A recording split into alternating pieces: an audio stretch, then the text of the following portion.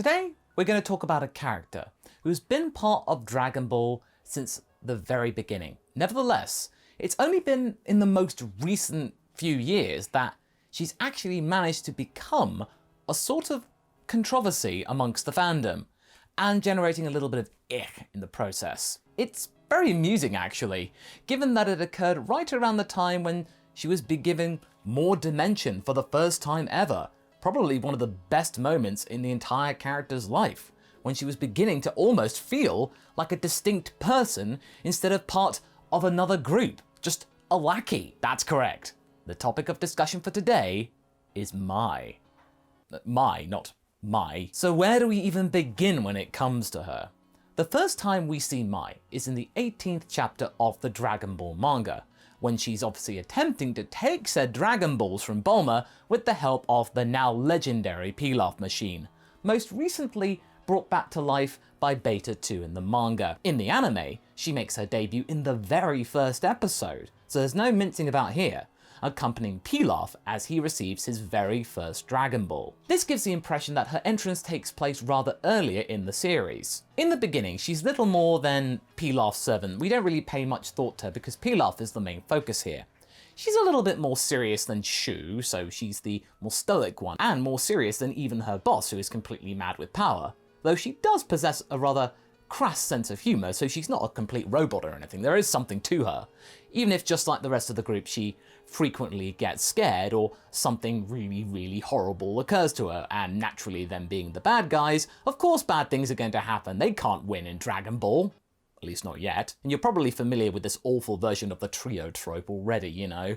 It's common in Dragon Ball. In the event that you're not familiar with the term, you can compare them to other bad criminal organizations, such as the Dragonball gang or, of course, Team Rocket from the Pokemon anime series. In essence, there are three humorous villains who serve as a recurring counterpoint for the heroes, sort of butting heads but not really, but then sort of you don't really want anything bad happening to them either, and they're often donning disguises that are only a few layers thick and are often found out.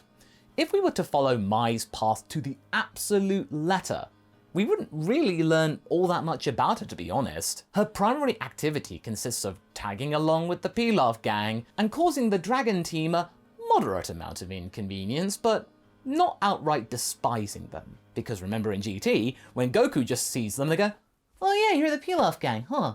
What are you doing here?"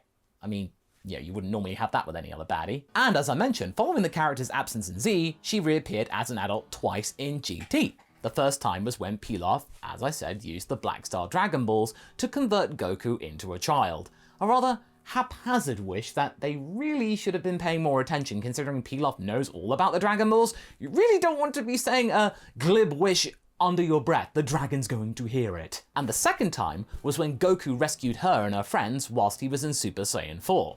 And although it has been more than a decade since we'd seen them before, they do make an appearance in the Battle of Gods movie, and of course the Battle of Z game, as well as the subsequent saga. And it explains that the Pilaf's gang's desire for youth and to continue to fight for the Dragon Balls had been taken a little bit too literally, and yet to achieve their goal, they literally became infants. This scene takes place in both timelines. The original context was while Bulma, Gohan, and Baby Trunks were attempting to try and save Piccolo in the final moments of his life in that timeline. But despite this, there is a greater emphasis placed on Mai right from the beginning of the story, in fact. She is quite different from her counterparts. She's more courageous than either Pilaf or Shu. She's nowhere near as much of a scaredy cat as you think. And it appears that she's also wiser than them the majority of the time. They get into their petty fights with Goten and Trunks as well in Super, and in the end they even square off against Sorbet, despite the fact that they were initially the ones who assisted him in the collection of the Dragon Balls in the Resurrection F movie, so at least they're aware that they'd done wrong. Mind you, actually, when you go back even further, they did sort of help King Piccolo back in the day, so yeah, they're quite naive, aren't they? But they are indirectly responsible for the reappearance of Frieza.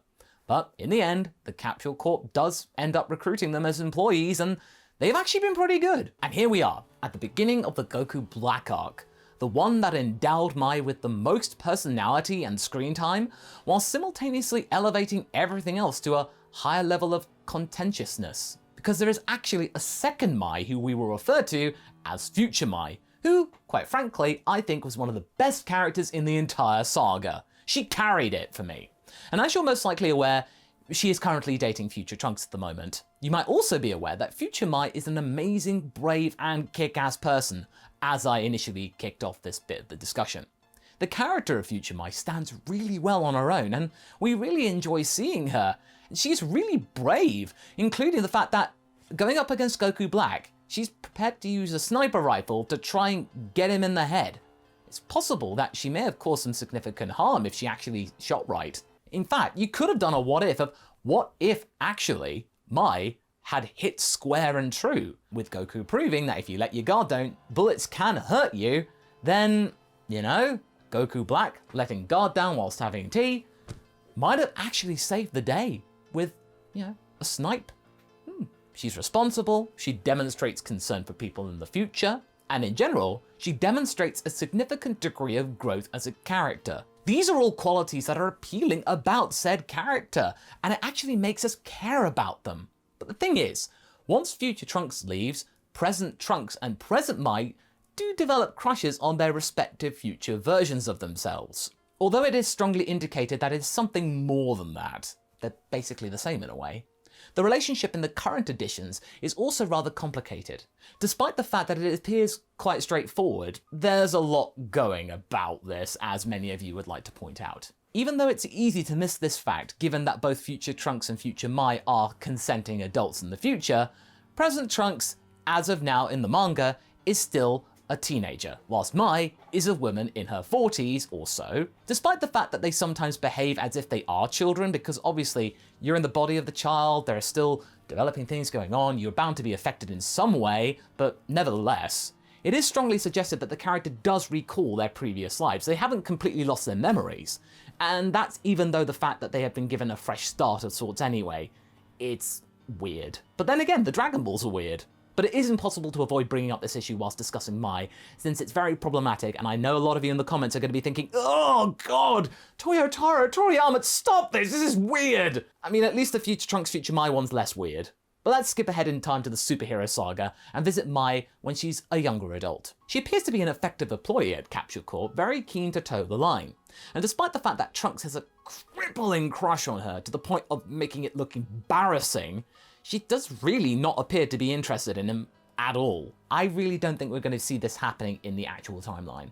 Her demeanor actually, in fact, from the time of the Goku Black saga, has changed a lot. She's become rather sad, actually. Her demeanor has become far more solemn, even more so than it was in the original Dragon Ball. There's just no fun in there. That is until Saiyaman X1 shows up and comes to her aid in Chapter 89, helping her escape certain death, which in turn reignites her crush on Future Trunks. In fact, it reignites her passion for living, actually. In retrospect, it seems a little strange that a girl who is able to recognize a beta android as an android could not figure out who X1 and X2 are. That's a bit conveniently weird, but to tell you the truth, I think really this was done on purpose because the entire story is filled with tropes like this. Dr. Hedo not installing security cameras, even though claims to be one of the smartest people on the planet. Surely you would have thought of that. Very many moments in Dragon Ball where you think, oh, you're meant to be a mad scientist, why didn't you think of that? Nevertheless, it is still rather unsettling to realize that the character has spent the past few years existing in emotional limbo. Nobody should have to live through that. And in recent times, whenever we actually encounter Mai, we find ourselves embroiled in some form of inadvertent existential fear. It really made me think. When I actually saw that in the manga chapter, I was just blown away with how deep this could potentially get. Even though I bet that Toyotaro and Toriyama didn't really think things through, the inadvertent consequences of what they actually did with Mai, going, I can actually feel again. Emotions have been reignited within me. It's like, wow. I feel really bad for you, Mai, having to put up with Trunks simping on you the entire time. In fact, you can even tie Future Mai into all of this, because first of all, Future Mai's timeline is completely obliterated, entirely glossed over, Whis dumping them in a different reality, and now we find out that the present version too is equally depressed after Future Trunks left. And both of these events took place after Future Mai's timeline was completely altered. The fact that she's actually a 45-year-old lady yet appearing to be a teenager does give an air of unease to the situation, but still, they're not really having a good time. They're just doing the rounds, earning an honest living in a way, not really making the most of their reinvigorated youth. But let's put it another way. We don't believe that this aspect of her character was done deliberately. It's possible that Dragon Ball Super will pass over all of this weighty information and just go, oh, don't think too hard about it, it's just a character trope, ha ha ha ha, let's focus on Trunks and Goten. However, you simply can't help but wonder if anyone in the inside, the actual Dragon Team staff, have considered this.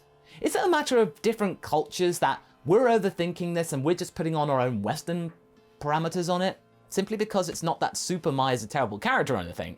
On the contrary, she's a very interesting one, in fact. Definitely more interesting than Pilaf or Shu. If there was one character to whom Super could have contributed anything to progression, it would definitely be Mai. On the other hand, you can't help but wonder also if it's something that the higher-ups prefer to ignore, or if it's something that isn't as troublesome as we might think in Japanese culture. You just really can't help but wonder. It really, really gets your mind thinking. Or maybe it's just a complete unlucky accident that combined to give this character an odd isekai-like experience, you know, like, I used the Dragon Balls and then one day I ended up in a completely different world and a younger body and...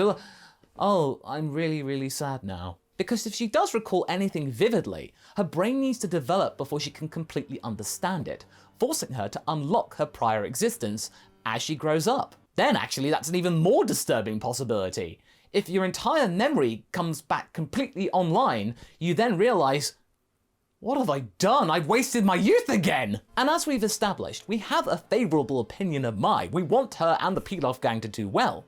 Therefore, why does our brain's built-in protection mechanism try to interpret her as a new character? Yeah, she isn't a new character. How much strange pain and bizarre philosophical problems can be traced to someone who used to be Pilaf's minion in her debut? That's all she was. You have to maybe not admire, but marvel at how much of it can be traced back to that person. It's so dang unsettling, jeez. And despite this, she is still an intriguing individual in her own right. We really hope that the upcoming manga chapters could develop her character into something more than just a motivating factor for Trunks. Even though it's quite clear that at this time, she does not care for present Trunks. She has succeeded in demonstrating her intelligence, obviously, because Bulma values her a lot. But we want to see some more of future Mai's more badass moments from her, instead of just existing and being sad. It's rightfully hers. We know that future Mai and present Mai can exist together. We just need to have that moment when she becomes that person. At the same time though, I really worry what the show's creators are actually going to do with her character. What are their plans for her? That fills me with concern because Dragon Ball's history with female characters is not very good. And if we are to believe a specific character from Dragon Ball Online, which we have discussed at some point in the past in a previous video, Toriyama may have had the concept of Trunks and Mai being together in his head for more than just a few years, probably a considerable amount of time.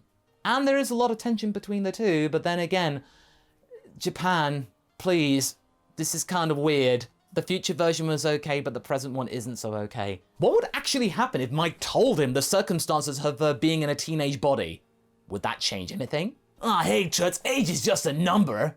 Oh, you know what else is a number? 911! And it's putting us in a really difficult position. Who could have possibly imagined that this would happen? Tell me what your thoughts are about Mai. Share your thoughts with us in the comments and don't stop the conversation. We'll see you in the next video. Catch you later!